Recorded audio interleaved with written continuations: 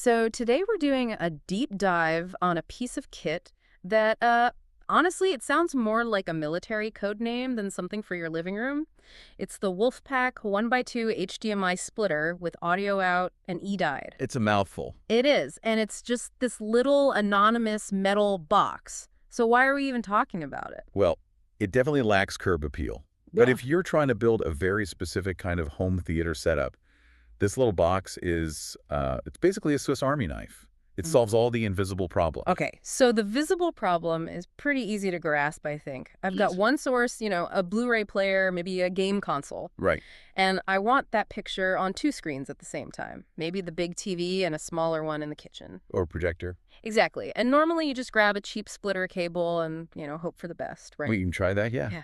But that's usually where the nightmare starts. Signal loss, flickering screens. Or one screen just doesn't work at all. Exactly. So the mission today is to look at how you actually split that signal without completely wrecking the quality. Okay, so looking at the primary function here, it splits one HDMI input to two identical outputs. It says it handles 1080p at 60 Hz, fine, but then I see 4K UHD at 30 Hz. I have to stop you there. 30 Hz feels a little dated. I mean, if I plug my PS5 into this, am I not going to feel that frame rate drop immediately? Oh, you absolutely will. And that's the crucial nuance here. If you're a competitive gamer looking for 60, maybe 120 frames per second, this is going to be a bottleneck. That's not for me. It's not for you.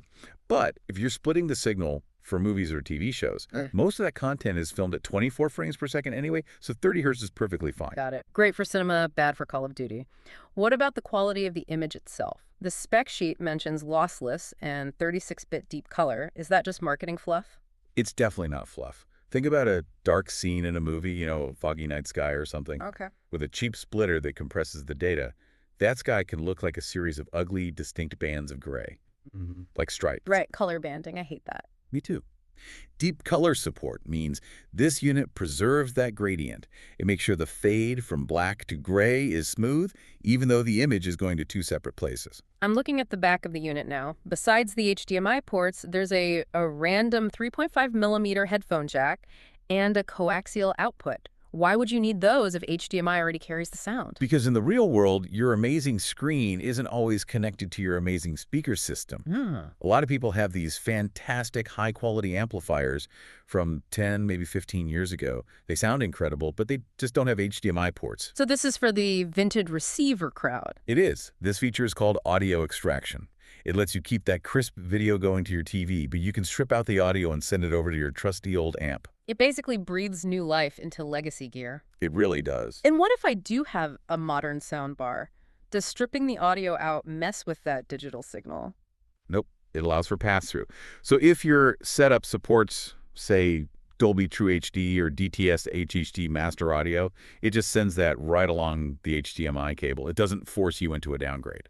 All right, let's talk about the row of tiny switches on the side. It's a 4-pin DIP switch. Yeah. Honestly, seeing manual switches on a digital device usually makes me think something is about to get really complicated. It looks intimidating, I'll give you that. Yeah. But it's actually the solution to the single biggest problem with HDMI splitting. The handshake. It's technically called EDID. Extended display identification data, the conversation between the TV and the source. That's it. So imagine you plug in a brand new 4K TV and, I don't know, a dusty old 1080p monitor to the same splitter. Okay. Your Blu-ray player gets confused. It asks, what resolution do I send? And it usually panics and just sends the lowest common denominator to both. So the expensive 4K TV looks terrible because the cheap monitor is holding it back. Precisely. Those little DIP switches let you manually override that negotiation.